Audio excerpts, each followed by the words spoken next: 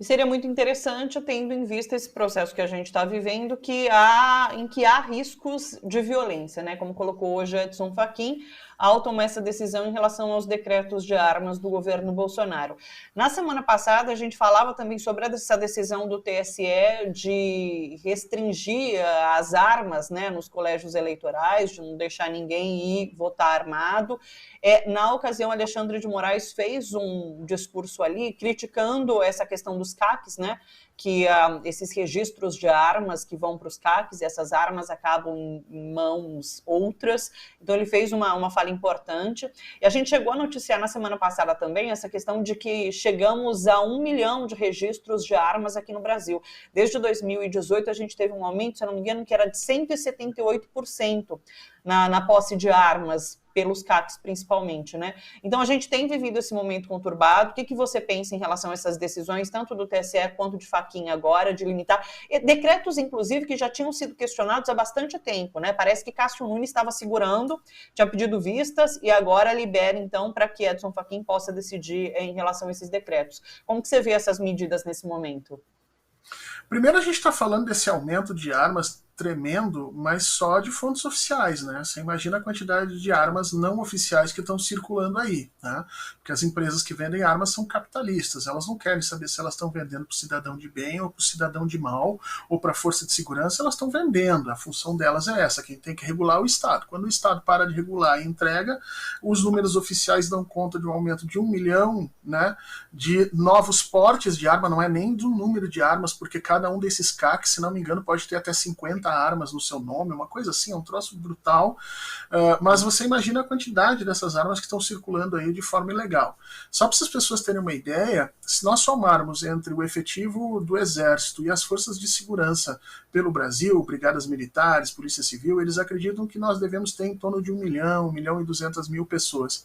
Você imagina que em 4 anos Bolsonaro duplicou o número de pessoas armadas no Brasil. Se nós já tínhamos 1 milhão daquelas que são efetivamente treinadas para usar arma e tudo, nós agora temos um outro exército de reserva de mais de 1 milhão de pessoas com o número de armas. Quer dizer, isso é brutal, isso é uma ameaça direta às instituições, e o STF, eu tenho a impressão que acordou tarde para essa questão inteira.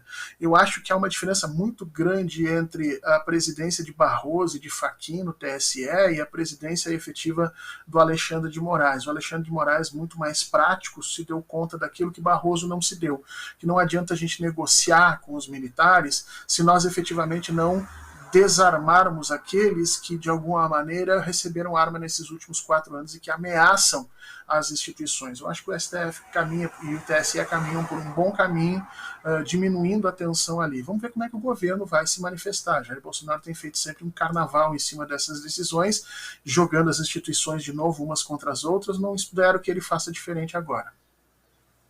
Ele pode mexer com essa base dele, né? Eu já vi vários comentários nessa postagem que a gente comentou, inclusive ali do STF, das pessoas criticando o STF pela limitação de poderes, mais uma vez, enfim. Ele trabalha muito bem com a base dele, né? Mas não sei se isso também acaba se extrapolando, se ele consegue fugir dessa base com esse tipo de discurso que a gente está cansado de saber, alimenta de fato essa base mais radical, né? E falando nisso, a gente tem agora o 7 de setembro. Até vou me adiantar, né? Porque eu sei que você vai chamar atenção para o fato da semana e provavelmente acredito que vai ser o 7 de setembro, né? Como que você está vendo essa realização do 7 de setembro? Nessas últimas semanas eu tenho ouvido muito sobre um arrefecimento de forças em relação ao 7 de setembro, né? Que antes era mais temido, agora não se sabe muito bem a força que vai ter, se Bolsonaro vai insistir, inclusive, nesse discurso mais radical ou não, nessa tentativa de agir como candidato, ele vai se segurar. Como você imagina que vai ser essa semana? Olha, Thalita, quem acompanha as redes bolsonaristas, e eu sou uma das pessoas que acompanha, porque a gente estuda isso de forma acadêmica também, sabe que a movimentação das redes nesse momento está maior hoje do que estava em 2021. Em 2021 nós tínhamos uma quantidade grande de recursos sendo entregues a esses manifestantes ao longo do Brasil inteiro por conta de PIX e movimentações ligadas aos grandes bilionários que foram desarticulados ali pelo TSE naquela ação há 15 dias. Agora, esses caminhos estão sendo colocados em prática de novo através das igrejas evangélicas pelo Brasil. Então, nós temos uma quantidade muito grande de pessoas se organizando. Aqui no Distrito Federal está se buscando também chegar aí a 1 milhão de pessoas nas ruas, como se tentou em 2021. Né? Então, se por um lado há uma disputa interna entre as instituições, especialmente a sociedade civil organizada e os militares, para que os militares arrefeçam o seu apoio a Jair Bolsonaro, por outro lado, Jair Bolsonaro vem trabalhando com os seus apoiadores para que o movimento seja mais explosivo do que foi em 2021 e, obviamente, isso significaria uma demonstração de força de Jair Bolsonaro. Se ele vai usar essa demonstração de força somente do ponto de vista eleitoral ou se ele vai tentar passar por cima disso para um ataque institucional, nós ainda não sabemos, mas que ele está programando isso é indiscutível. Nós teremos um 7 de setembro que pela manhã deve ter uma significação aqui no Distrito Federal e à tarde no Rio de Janeiro, e a gente espera que essa significação seja meramente cívica e que nós não tenhamos que passar por algum distúrbio às vésperas da eleição.